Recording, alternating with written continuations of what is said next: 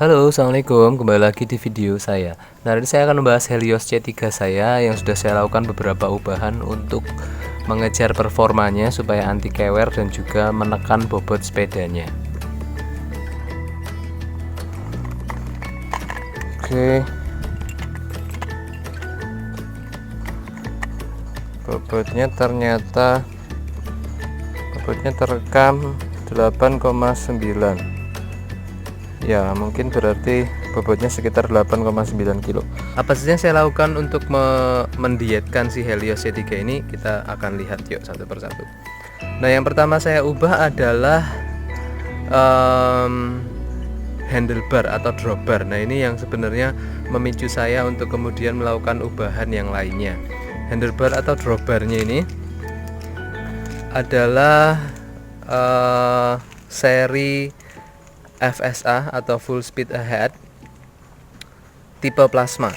Nah, ini dia FSA plasma. Nah, handlebar ini saya dapatkan bekas second ya dari teman.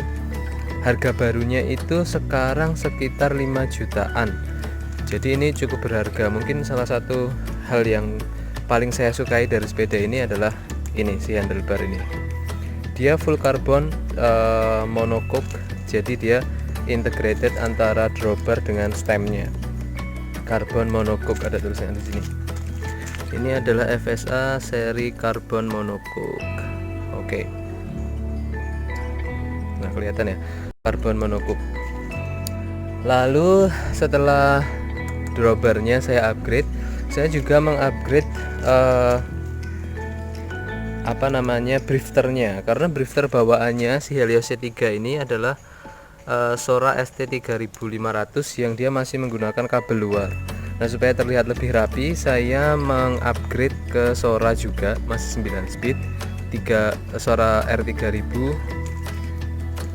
yang berarti saya tidak perlu mengubah apapun dari mulai sprocket sampai dengan RD FD nya. Saya nggak perlu ada ubahan apapun, saya hanya mengubah dari awalnya kabel luar menjadi kabel dalam, masih sama-sama Sora 9 speed.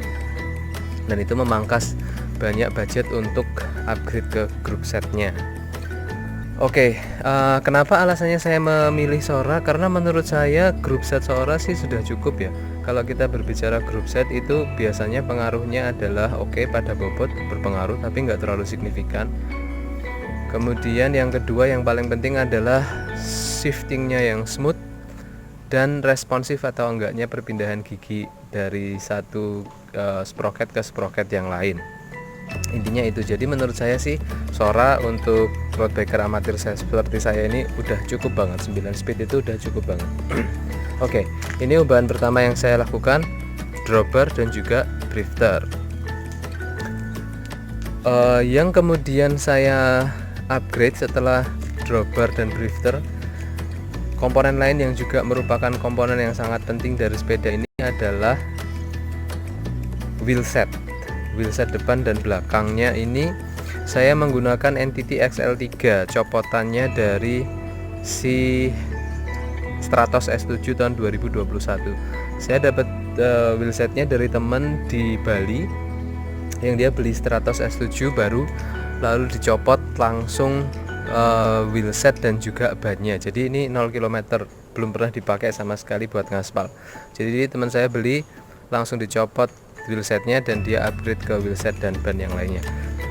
Awalnya saya berpikir bahwa ban 700x28 bawaannya Stratos S7 Squall B1 itu akan bisa masuk atau fit di sepeda Helios ini, tapi ternyata saya miscalculation, karena ternyata si Helios C3 ini sama dengan di C2, dia punya jarak frame di sini itu yang sangat sempit. Sini juga. Kemudian yang di depan itu bagian sininya juga ini. Nah, jarak yang sangat mepet itu membuat ban 700x28 nggak bisa masuk ke frame-nya dari si Helios C3. Jadi saya terpaksa nggak jadi menggunakan ban 728 Squall B1 yang udah tubeless dan keren itu. Saya tinggalkan, saya nggak jadi pakai, dan saya pakai malah ini adalah ban Squall B Lugano nih. Nah, ini adalah ban bawaannya si Helios C3. Saya masih mempertahankan ban Squalby Lugano-nya si Helios C3 ini. Oke, kenapa saya memilih wheelset NTT XL3? Yang pertama karena dia udah piring, jadi dia lebih loncer. Meskipun bobotnya kalau saya timbang dengan wheelset bawaannya si Araya 713, bawaannya Helios ini Araya 713, itu bobotnya hanya selisih sekitar 100 gram. Jadi NTT XL3 ini depan belakang wheelset tanpa ban tanpa sprocket itu bobotnya 1,9 kg. Kalau si Araya AR 713 itu sekitar 2 kg lebih sedikit. Jadi selisihnya itu hanya sekitar 100 gram saja. Tapi saya yakin dengan menggunakan bearing, maka dia punya rolling resistance lebih kecil, lebih loncer juga. Dan terbukti kemarin pas saya bawa ke Ambal ini enak banget wheelsetnya. Spoke atau ruji-rujinya juga udah model pipih aero, jadi pas nabrak atau melawan angin di area jalur lintas selatan tuh sepeda ini enak banget. Pertama karena wheelsetnya udah piring, spoke-nya aero, dan juga ini head drawbarnya yang integrated yang sudah model pipih aero ini membantu sekali. Teman-teman yang lain yang masih pakai drawbar bulat, ada yang mungkin karena kurang latihan juga jadi terpisah jadi dua grup. Satu yang grup pertama itu yang kenceng-kenceng, lalu yang grup kedua yang average-nya masih sekitar di bawah 30 tuh di grup yang kedua. Nah, sepeda ini bisa bersaing dengan sepeda-sepeda lain yang bahkan karbon dan teman-temannya dalam melawan tekanan angin atau beratnya hembusan angin di jalur lintas selatan kemarin. Oke, itu ada pilihan lain dengan harga yang sama ya, dengan NTT XL3 ini, seperti misalnya wheelsetnya retrospect, kemudian Mavic yang ACM, atau beberapa wheelset yang lain, Rujiku misalnya. Tapi saya nggak berani ngambil wheelset itu karena wheelset itu menurut banyak orang dan menurut pendapat saya sendiri adalah wheelset China, All China Manufacturer atau ACM. Dan menurut saya sih lebih aman pakai wheelsetnya si NTT ini atau mungkin Shimano misalnya. Polygon menggunakan wheelset ini di Stratos S7. Pasti mereka sudah punya kalkulasi budget, keamanan, kekuatan velgnya, dan fungsi dari si velg itu sendiri atau si wheelset itu sendiri, sampai kemudian Polygon memutuskan untuk menggunakan wheelset itu dan bukan wheelset Rujiku atau Mavic atau mungkin retrospect atau merek-merek yang lainnya. Jadi daripada mengambil resiko, saya akhirnya menggunakan wheelset NTT XL3 ini. Oke, itu adalah ubahan kedua yang saya pakai di sepeda ini. Yang pertama drawbar, drifter, wheelset. Bannya masih sama menggunakan Squalby Lugano. Kemudian yang berikutnya yang saya lakukan ubahan adalah pada seat post dan juga sadelnya. Nah, ini sadel karbon ala-ala. Katanya sih ini karbon, tapi menurut saya sih ini bukan karbon. Karena beratnya itu masih 230-an gram sadel ini. Seat postnya ini juga sekitar 250-an gram. Kalau dia karbon mestinya dia beratnya itu di angka sekitar 100 graman untuk seat post dan juga sadelnya. Tapi berbicara soal efisiensi atau bobot timbangan dari sepedanya, menurut saya sih ini sudah cukup mengurangi, karena dengan mengganti sadel dan seat post itu saya bisa mengurangi bobot sepedanya sekitar 200 graman. Jadi lumayan. Kalau wheelsetnya nggak ngurangin 100, ya ngurangin 100 gram lah. Sadel dan seat postnya mengurangi 100 gram. Kemudian ini cukup signifikan, dia mengurangi bobot sekitar 400-an gram jika dibandingkan dengan stem dan drawbar asli bawaannya si Helios C3. Oke, sadel dan seat post EC90. Lalu kita akan coba lihat ke bagian drivetrainnya. Saya tidak melakukan banyak ubahan. Kabel yang saya gunakan masih menggunakan Jaguar di sini. Yang saya lakukan atau saya ubah hanya pada pulenya. Nah, ini dia. Oke, saya menggunakan pulei keramik bearing Meiju. Saya akan nanti tunjukkan kenapa saya memilih pule bearingnya Meiju ini. Jika dibandingkan dengan pule aslinya, dia punya rolling resistance yang jauh lebih kecil. Jadi pule bearingnya Meiju ini harganya nggak terlalu mahal, masih di bawah 500.000 sepasang. Dan fungsinya sih menurut saya optimal ya, karena kalau kita sudah berbicara long endurance atau riding yang jauh, itu dengan pule ini itu sangat membantu sekali. Jadi tenaga yang kita keluarkan untuk ngayuh sepedanya berkurang secara cukup signifikan. Saya menggunakan pulenya dengan ukuran sama seperti aslinya, karena cage-nya saya nggak ganti. Cage dari CRD ini tetap menggunakan cage-nya Sora medium. Saya menggunakan 11T di bawah dan 11T di atas. Kemudian sprocket yang saya pakai ini 1132. Awalnya saya nyari yang 30, tapi karena 9 speed 30 1130 agak susah dicari waktu itu, jadi saya dapat yang 1132. Nah, 1132 ini sudah cukup banget kalau misalnya kita climbing. Yang paling tinggi mungkin saya pernah climbing itu ke Silancur dan Suroloyo, Klangon juga karena saya di Jogja. Itu elevasinya sekitar 1000-an, dan sepeda ini masih cukup bisa di manage untuk bisa sampai puncak tanpa harus kewer atau nuntun-nuntun. Aman sepeda ini dengan sprocket 32-nya. Tapi waktu pertama saya ke Suroloyo dengan 1125 itu saya harus nuntun di atas Wonogiri Pass. Benar-benar nggak kuat dan harus nuntun karena belakangnya 25T. Nah, karena saya mengubah dari 11 ke 32, berarti saya juga harus mengganti rantainya.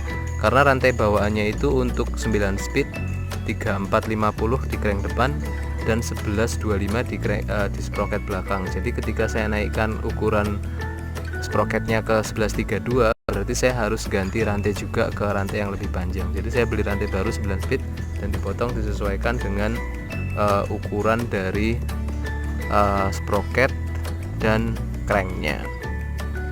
RD-nya masih menggunakan Sora karena tadi drifternya juga saya nggak ganti. Kemudian cranknya juga masih menggunakan Sora ST3500. Ini bawaannya Helios. Saya sempat berpikir mau upgrade ke crank yang lebih bagus, tapi budgetnya masih belum ada nih, Bro. Jadi mungkin saya pengen coba crank setnya 105 yang isunya emang lebih loncat. Saya punya Divin R5 yang pakai 105 juga, dan menurut saya sih emang cukup loncat. Kemudian FD-nya juga masih pakai Sora 9 speed, nggak ada yang saya ubah. BB-nya juga masih pakai BB bawaannya. Ada beberapa temen yang misalnya ganti BB-nya ke BB keramik bearing, Bah Kuber atau BB yang lainnya, tapi menurut saya sih daripada ganti BB sekalian ganti crankset aja ke 105 udah pasti lebih loncat. Oke. Lalu pedalnya U-brake-nya Sora ya, ini bawaan U-brake-nya Sora. Pedalnya saya menggunakan pedal VPR 73. Ini bentuknya sama dengan look, desain tapalnya juga sama dengan look. Jadi kalau teman-teman pakai pedal look, klipnya itu bisa digunakan di VPR, sama, persis sama. Nah, tapi ini memang masih cukup berat, beratnya masih sekitar 300 graman sepeda, 300 enggak lebih, 350 graman. Jadi ini cukup berat. Oke, lengan ayunnya sama, dia menggunakan Sora 170 cm atau 170 mm atau 17 cm. Nah, ini adalah kombinasi antara wheelset entity dan pulenya tadi. Jadi cukup enteng. Cukup enteng ya. Oke, kita lihat. Nah, si Entity XL3 ini meskipun dia menurut saya sih dia kombinasi yang cukup ideal antara bearing, kekuatan velg, ruji-ruji, desainnya juga. Jadi memang bukan yang desainnya paling bagus, bukan juga wheelset yang paling ringan, tapi saya yakin wheelset ini kuat dan akan durable penggunaannya. Nah, itu mungkin salah satu alasannya Polygon memakai si wheelset Entity XL3 ini. Oke, sekarang kita akan masuk ke sesi. Nah, saya melakukan penimbangan beberapa kali supaya bisa mendapatkan hasil yang lebih presisi. Saya menimbang sebanyak 4 kali, dan yang saya masukkan ke dalam video ini adalah 2 kali menimbang durasinya yang sudah cukup panjang. Di penimbangan pertama saya mendapatkan bobot sepedanya ini full bike itu adalah 8,915 atau 8 kilo 915 gram, 8,9 kilo. Lalu saya melakukan penimbangan lagi yang kedua supaya bisa mendapatkan hasil yang lebih akurat. Nah, di penimbangan yang kedua ini saya masih mendapatkan bobot yang tidak selisih banyak. Bobotnya adalah 8,945 gram, jadi 8 kilo 945 gram, jadi 9 kilo kurang sedikit banget. Oke, dan menurut saya sih ini sudah cukup impresif untuk sebuah sepeda Aloy. Oke.